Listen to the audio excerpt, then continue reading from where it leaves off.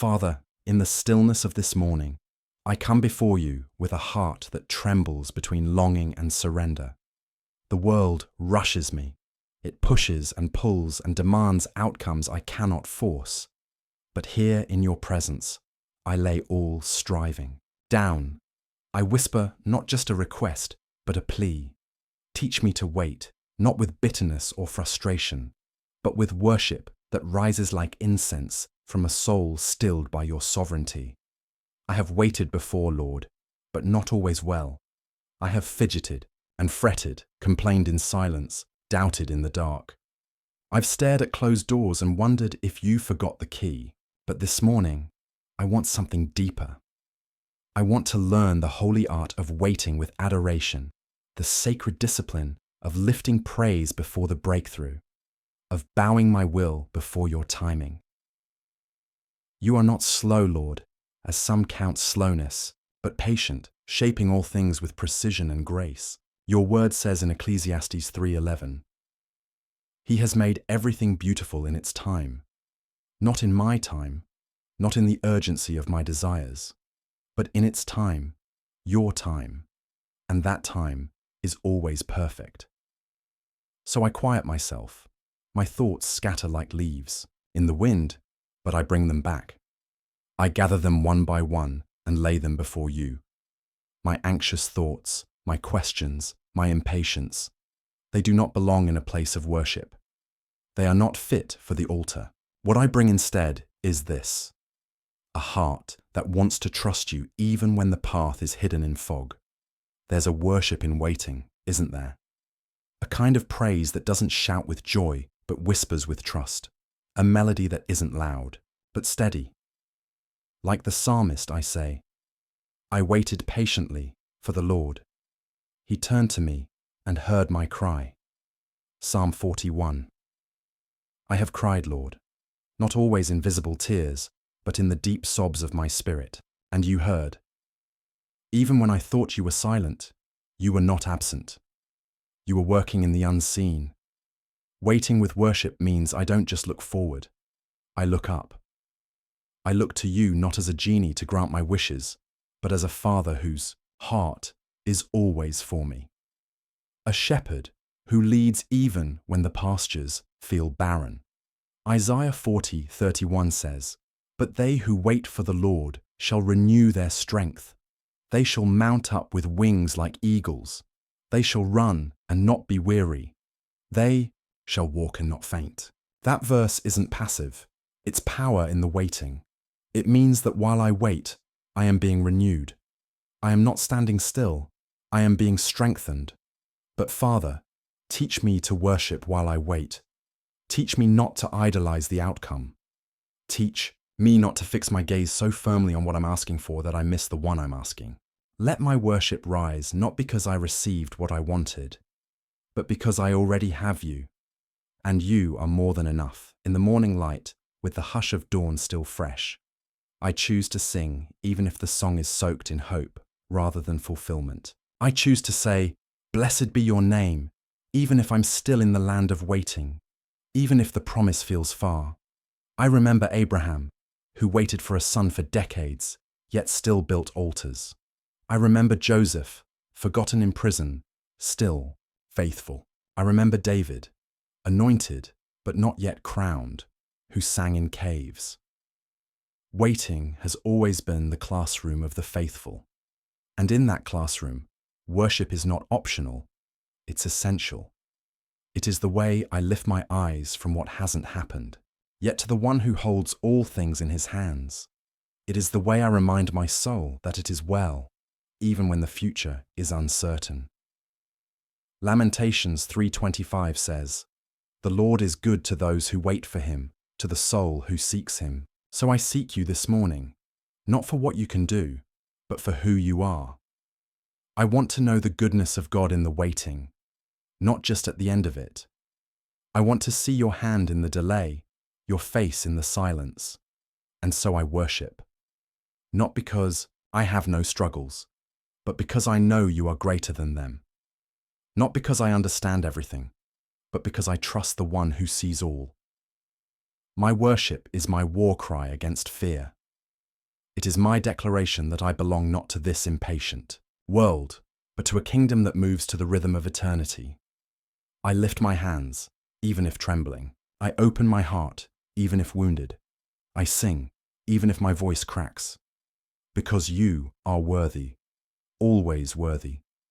My waiting is not wasted when it is woven with worship.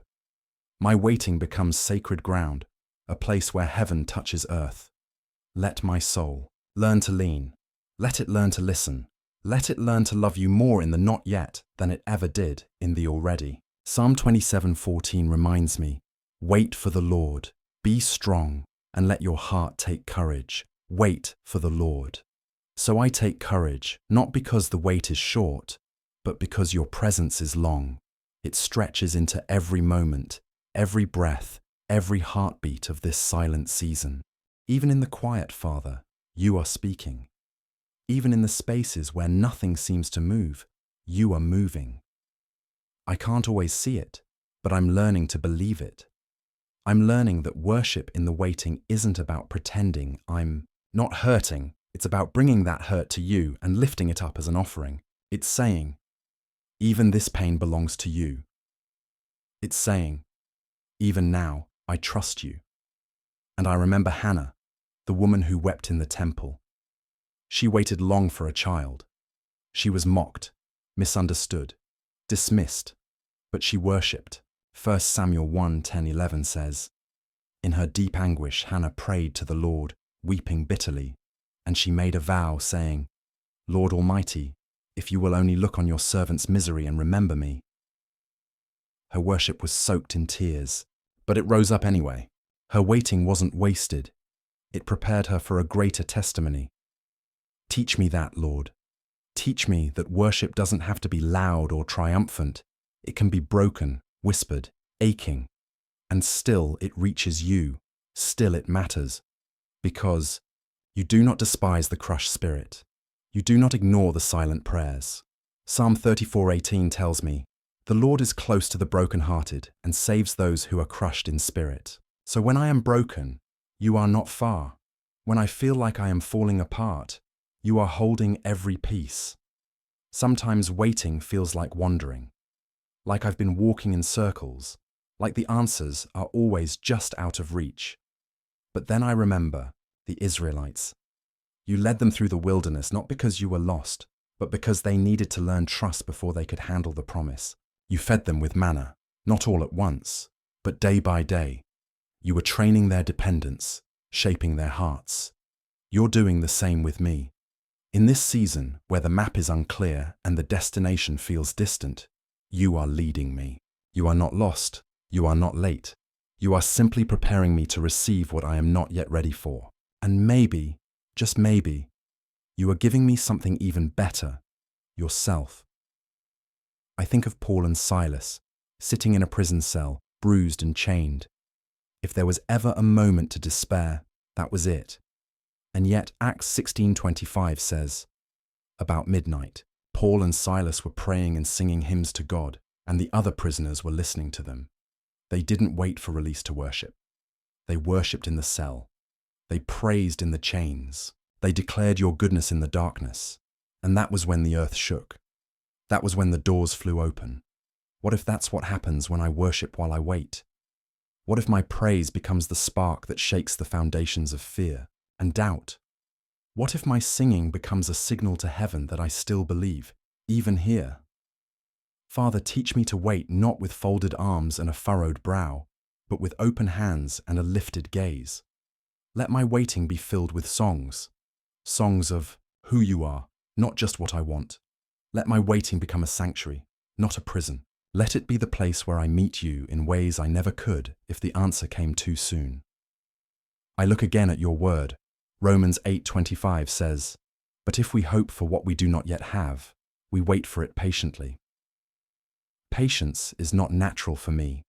It stretches me. It scrapes the edges of my comfort.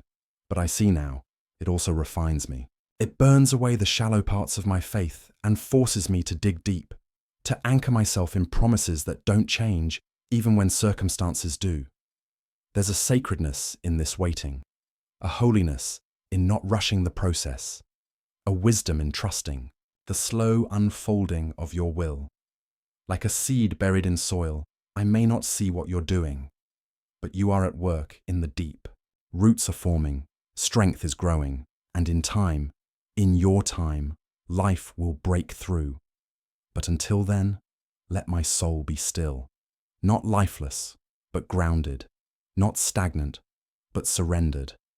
Let me rise each morning, not with dread, but with determination to praise you again, to seek your face again, to say, "This is the day that the Lord has made. I will rejoice and be glad in it." Psalm 118:24. Even if the day feels the same as yesterday, even if the promise hasn't come yet. I remember too the words of Jesus. In John 11, when Lazarus had died and Mary and Martha wept, they waited for you, and you didn't come when they expected. But you came, and when you did, you wept with them, you stood in their grief, and then you spoke life into the tomb. You are never early, never late. You are perfect in all your ways. So I lift this prayer to you, morning after morning, not because I think repetition will twist your arm, but because worship is my way of saying, I'm still here, I still believe, I still trust you. Each prayer is a brick laid in the altar of my surrender. Each morning, a new opportunity to choose faith over fear. And when doubt whispers, when fear rises, when time drags, I will fight back with praise. I will open my Bible and find stories of waiting that ended in glory. I will fill my mind with truth, with verses that remind me you are faithful. Like Psalm 135, I wait for the Lord, my whole being waits, and in His word I put my hope. That is where my hope is anchored, not in signs, not in timing, but in your word that never fails. And so, Father, in this final stretch of my waiting, I choose to lean into worship even deeper. I choose not to count the days or measure the silence, but to fill the space with songs of remembrance. I remember what you've done. I recall the times you came through when I thought all was lost. I think back to the moments you moved mountains I didn't even know were in my way, and I let those memories stir up fresh faith. Because if you were faithful then, you will be faithful now. Your timing is not random. It is not careless. It is layered with love, shaped by wisdom, wrapped in eternity. 2 Peter 3:8 says, "With the Lord a day is like 1,000 years, and 1,000 years are like a day." You are not bound by the ticking of my clock. You are orchestrating something far bigger than I can see, far deeper than I can grasp. And though it stretches me, though it sometimes breaks me, I know it is forming in me a glory that will far outweigh the momentary pain. Let my worship remind my heart of this. Let it echo louder than the ticking clock, louder than the silence, louder than the enemy's lies, because worship is war. It is how I push back the darkness. It is how I reclaim my peace. It is how I open my clenched fists and say, "Have your way, God. I trust you even here." Even in the delay, you are not distant. Even in the silence, you are not still. You are drawing near to me in ways I never would have experienced if everything came quickly. You are meeting me in the waiting room, and that alone makes the wait worth it. Because what I gain in this place is intimacy with you, a depth that only time and trial can carve out. And maybe that's the miracle I didn't ask for, but desperately need. Maybe the greatest blessing isn't the thing I'm waiting for, but the one I'm becoming while I wait. A worshipper, a warrior, a woman or man of unshakable trust. One who no longer lives by sight, but by faith. One who can sing even in the storm, dance even in the drought, stand even in the silence. Your word again strengthens me. James 5:7-8 says, "Be patient therefore, brothers, until the coming of the Lord. See how the farmer waits for the precious fruit of the earth. You also be patient. Establish your hearts, for the coming of the Lord is at hand." Patience is not weakness. It is endurance forged in fire. It is the heartbeat of trust that pulses through the soul that believes you are who you say you are. So I anchor my soul, as Hebrews 6:19 reminds me. We have this hope as an anchor for the soul, firm and secure. I am not drifting. I am not lost at sea. I am anchored in you. And while the winds of time blow hard, they will not move me from this place of praise. They will not shake my confidence in you. Teach me to love the altar more than the answer. Teach me to cherish the giver more than the gift. Let my morning prayers be filled not with desperation, but with delight. Let me rise not with anxiety, but with awe. Awe that the God of heaven bends to listen to me. Awe that the Creator of the stars knows the details of my wait. Awe that you are not just working on what I want, but you are working on me. This is my offering, Lord, not just my words, but my waiting, not just my song, but my surrender. Every delayed answer, every unanswered prayer, every tear shed in the quiet, it's all for you. It's all laid down as worship. And in return, I ask not for quick fixes or sudden signs. I ask for more of you, because in the end, you are the reward. You are the promise and the fulfillment, the Alpha and the Omega, the one who begins the story and writes the last word. You are never rushed, never confused, never late. And though I don't understand everything now, I know that one day I will. One day, the tapestry will make sense. One day, the long road will seem short. One day, the waiting will be a whisper compared to the weight of glory that was being formed all along. Until then, I worship. Until then, I wait with expectation, not because I demand, but because I believe. I believe you are good. I believe you are for me. I believe you have not forgotten me. I believe that as I lift this morning prayer, you are already in the day ahead, preparing grace, scattering strength, and speaking peace. So let this be my rhythm. Morning by morning, I come, not with polished words, but with an open heart. Not with perfect praise, but with persistent faith. I come to you again and again, whispering the same prayer. Not because you didn't hear it yesterday, but because I need to hear it again today. Because each time I pray, I am reminded of who you are. And each time I worship, I am shaped into who I was meant to be. I am not waiting for a breakthrough. I am waiting in you. I am not waiting for a door. I am watching the one who holds the keys. I am not waiting alone. I am walking with you through it all. So I will not waste this wait. I will not rush what you are refining. I will not curse the season that is meant to crown me in glory. I will worship while I wait. I will lift my voice, even in the valley. I will keep my eyes on you when the road is long and the answers are slow. Because you are worthy, always worthy.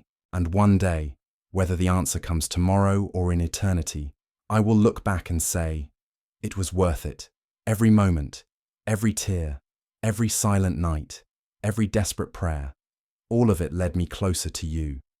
Father, teach me to wait with worship. Morning by morning, heart to heaven, eyes to eternity. Amen.